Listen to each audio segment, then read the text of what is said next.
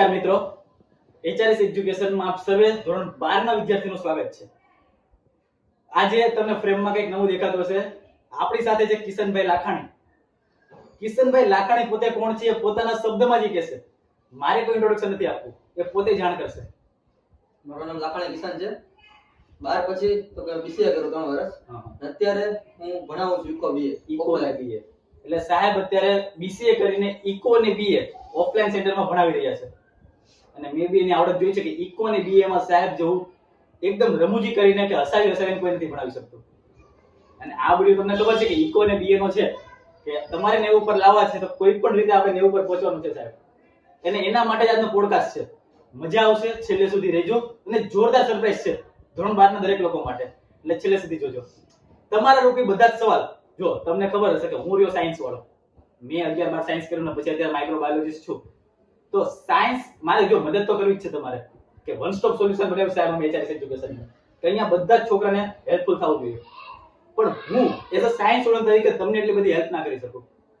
Commerce વાળાને આ કોમર્સના sir જેટલી મદદ કરશે એટલી હું ના કરી શકું. હા, હું મારો પોતાનો અનુભવ નાખી શકીશ, પણ આ સાહેબને પોતાની પાસે સારો અનુભવ છે અને એના પાસે સાંભળીએ કે કેવા કેવા સ્કોર કરી ચૂક્યા છે. સાહેબ મને તમે એ જણાવો કે તમે જો ભણાવવા આવ્યા છો તો સૌથી પહેલા તમારો પાયો કેટલો સ્ટ્રોંગ છે? તો સૌથી પહેલા તમારે બોર્ડની અંદર 12 બોર્ડમાં કોમર્સમાં કેટલા ટકા આવ્યા હતા?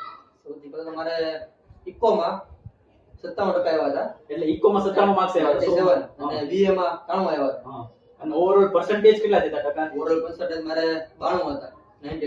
92% છે મારા ભાઈ, PR નથી. એટલે 92% હતા. અને સર ઇકોમાં કેટલા? 97 અને BA માં 93. આનો મતલબ કે જે તમારો ટાર્ગેટ છે ઇકો અને BA માં જે તમારે સ્કોર કરવાનો છે ઈ સ્કોર ઓલરેડી કરી ચૂક્યા છે. BCA કમ્પ્લીટ કરી દીધું છે અને અત્યારે ઇકો અને BA જ ભણાવી રહ્યા છે. આ બધી જ માહિતી આપણે હવે જાણી છે કે આપણે પણ અહીંયા સુધી પહોંચવું છે, બટ કઈ રીતના? સાહેબ અત્યારે તમે જોશો ને તો બોર્ડ 2026 નો ખાલી 3 મહિના બાકી છે. 3 મહિના બાકી છે અને કન્ફ્યુઝન એ છે કે હવે આટલા ઓછા સમયમાં અમે કઈ રીતના કરી શકીએ. અને ઘણા લોકો જે વાત કરે છે ખબર છે તમને કે તમારે પહેલેથી જ શરૂ કરવું પડે. જ્યારે તમારું બોર્ડનું વર્ષ શરૂ છે એટલે પહેલેથી તમારે મંડી પડવું પડે. પણ શું એ રિયાલિટી છે કે પહેલેથી જ મહેનત કરવી પડે કે અત્યારે બી થઈ શકે? સાચું કહો ને તો મારો દાખલો છે એમ. શરૂઆતથી તો કઈ નક્કી નહોતું એમ શું કરવાનું એમ, પરંતુ દિવાળી પછી નક્કી થયું એમ કે ના મારે હવે A1 લાવવો છે, મહેનત તો કરવી પડે એમ. રાઈટ. એટલે દિવાળી પછી મેં શરૂ કર્યું એમ. બરાબર. 3-4 મહિના આવી મહેનત કરી, રિઝલ્ટ આવે છે એમ. એટલે કે તમારી જેવો સેમ અત્યારે થઈ શકે. દિવાળી પછી ભાઈ શરૂ કર્યું હતું અને એવી મહેનત કરી, મહેનત તો કરી છે ને સાહેબ? અરે દિવાળી પહેલા ને દિવાળી પછીમાં જમીન આસમાનનો ફરક કરી દીધો. તો ત્યારે અત્યારે રિઝલ્ટ તમે જોઈ શકો છો. બટ સર મેઇન ટોપિક આપણે જે છે અને એ છે ઇકો અને BA. કે ઇકો અને BA માં 90+ લાવવા છે ને તમને ખબર સાહેબ થિયરિટિકલ સબ્જેક્ટ.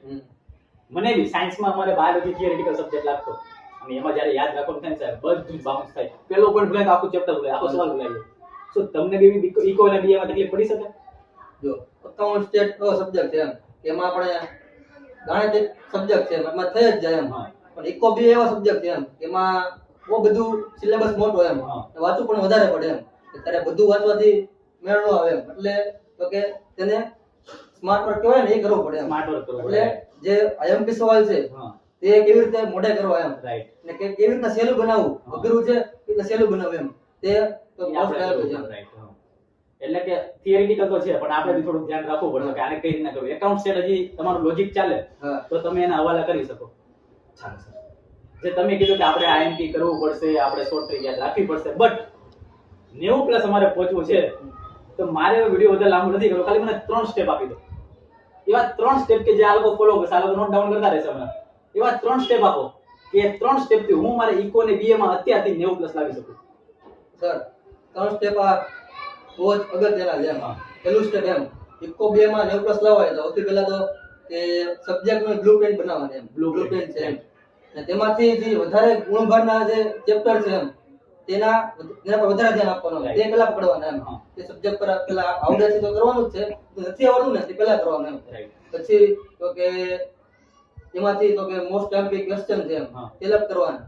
અને છેલ્લા 5-6 વર્ષના જે ક્વેશ્ચન પેપર છે એમ તેના પર વધારે ધ્યાન આપવાનું. એટલે કે બોર્ડના ક્વેશ્ચન પેપર ને તે કરવાના એમ. મોસ્ટ ઓફ તેમાંથી પૂછાય છે બધું. તો તેના પર વધારે ધ્યાન આપવાનું. એટલે સર નું જો ઇન શોર્ટ ડિવાઈડ કરી દો તો ફર્સ્ટ સ્ટેપ સરે મને એ કીધું કે તમારે બ્લુપ્રિન્ટ નિહાળવાની છે. એટલે કે ઇકો ને બી ની સૌથી પહેલા બ્લુપ્રિન્ટ આપણને ખબર હોવી જોઈએ. હમ. પછી જોવાનું છે કે સૌથી વેઇટેજ વાળા ચેપ્ટર કયા છે. એ વેઇટેજ વાળા ચેપ્ટર ને આપણે પહેલા કરવા પડશે. અને થર્ડ અને મોસ્ટ ઇમ્પોર્ટન્ટ જે કીધું સાહેબે એન્ડ ધેટ ઇઝ છેલ્લા 5 વર્ષના પીવાયક્યુ એટલે કે બોર્ડના પેપર કરી નાખો તો સર એનાથી ફાયદો થાય ખરી 5 વર્ષના પેપરથી. એટલે મોસ્ટ ઓફ એમાં જ પૂછાશે બોર્ડના પેપર. એટલે કે રિપીટ બધું એમાંથી થતું હોય છે. તો યાર આ આપણા માટે કામનું કહેવાય. આ 3 સ્ટેપ માંથી જો તમે ના કરતા હોય તો યાર ફોલો કરજો, કારણ કે રિઝલ્ટ તમારી સામે છે. આ કોઈ ફાકા નથી ચાલતા, કોઈ ખોટું નથી ચાલતું, રિઝલ્ટ તમારી સામે બેઠું છે. પણ હવે સરપ્રાઈઝ ની વાત મારે કરવી છે. 3 સ્ટેપ તો સાહેબે આપ્યા અને છેલ્લે મારે એક સારો પોઈન્ટ બી આપવો છે કે મારો પોતાનો ઓપિનિયન શું છે એવન લાવવા માટે, એ બી હું તમને છેલ્લે કહું. પણ સર અમારી HRS એજ્યુકેશનની ચેનલ કે જે ત્યાં 9-10 માટે કામ કરી રહી છે, થોડાક સમય પછી સાયન્સમાં કંઈક કામ કરવાની છે, કોમર્સની ઘણી બધી ઓડિયન્સ છે અને કોમર્સ વાળા બી અમારા ઉપર ટ્રસ્ટ રાખે છે. એટલા માટે મેં સાહેબને બી ફોન કર્યો હતો કે સાહેબ હવે આપણે કંઈક કોમર્સ માટે બી કંઈક કરવું છે. તો હવે આપણી ચેનલ ઉપર 30 તારીખે એક જોરદાર આઈએમપી આવે છે, જોરદાર ઓરિએન્ટેશન આવે છે કે જેમાં આપણે આગાહી કરવાની છે કે શું શું આવવાનું છે. એમાં account, state, eco, BA, English અને ગુજરાતી સાથે સાથે એસપીસીસી બધી જ વસ્તુ આવવાની છે. જેમાં કિશન સર કે જે આપણને ઇકો અને બીએ પોતાની મેથડથી, પોતાની ટ્રીકથી, જોક સાથે એવા આઈએમપી સવાલ આપશે કે તમારો A1 પાકો થશે. તો સાહેબ તમારું એના વિશે શું કહેવું છે કે કઈ રીતના આપણે મહેનત કરશું? સૌથી પહેલા તો આ રિજેક્ટ પોઈન્ટ યાદ આવે છે મને સાહેબ એમ. હા બોલો બોલો. આપણે ઇકો 2 માં મેન તો કે કહ્યું એમ સિલેબસ બહુ મોટો છે, હા તો યાદ કરવા માટે તો સ્માર્ટ વર્ક કરવું પડે એમ. right. એટલે તો કે આપણે સબ્જેક્ટમાં એવી ચાવી લઈને આવવાના છે એમ કે ચાવીથી તો કે તરત સબ્જેક્ટ પ્રશ્ન ક્વેશ્ચન યાદ રહી જાય. એટલે શોર્ટ ટ્રીક આપણે કંઈક બનાવશું તો એક સબ્જેક્ટમાં એટલે ઇકો ને બીએ માં એવા સવાલ હશે કે જે યાદ નહીં રહે, તો એને તમે ટ્રીક આપશો. ચાવી દ્વારા એને તરત આમ કહેવાય ને યાદ રહી જાય એમ. તો જોયું મિત્રો ભાઈ, ઇકો અને બીએ માં 90+ શક્ય છે કે જે આપણે હમણાં વાત કરીને આપણે જાણી લીધું છે કે કઈ રીતના આપણે લાવવાના છીએ. 30 તારીખે ભૂલતા નહીં મારા ભાઈ, 30 તારીખે આપણે HRS એજ્યુકેશનની ચેનલમાં ધોરણ 12 માટે આગાહી લાવવાના છીએ. ઓરિએન્ટેશન આવશે, બધું જ પ્લાનિંગ આવશે કે કઈ રીતના આપણે 12 કોમર્સમાં account, state, eco, BA, English અને એસપીસીસી બધા જ વિષયની આઈએમપી કઈ રીતના આવવાની છે, એનું શેડ્યુલ શું છે, કેટલા વાગે આવશે, આ બધી વસ્તુ તમને 30 તારીખે ખબર પડી જશે. પણ આજે ઇકો અને બીએ 90+ કઈ રીતના લાવવાની 3 મેઇન ટેકનિક આપી છે એને તમારે પકડવાની છે. અને મેં તમને વચ્ચે કીધું કે છેલ્લે હું મારું મંતવ્ય આપીશ કે કઈ રીતના એવન લાવો. તો હું તમને ખાલી એક સલાહ આપવા માંગુ છું કે જે અમને સાયન્સ વાળાને બી ફાયદો થાય છે, અને એ છે કે તમારે ઇકો અને બીએ માં આખા ચેપ્ટર હોય છે, એમાં જે કામના પોઈન્ટ લાગે છે એની તમારે શોર્ટ નોટ બનાવવાની છે. હવે શોર્ટ નોટ કેમ બનાવી એનો ખાસ વિડિયો જોતો હોય તો અમે નેક્સ્ટ લેક્ચરમાં લાવી દઈશું. શોર્ટ નોટ તમને બહુ કામ લાગશે.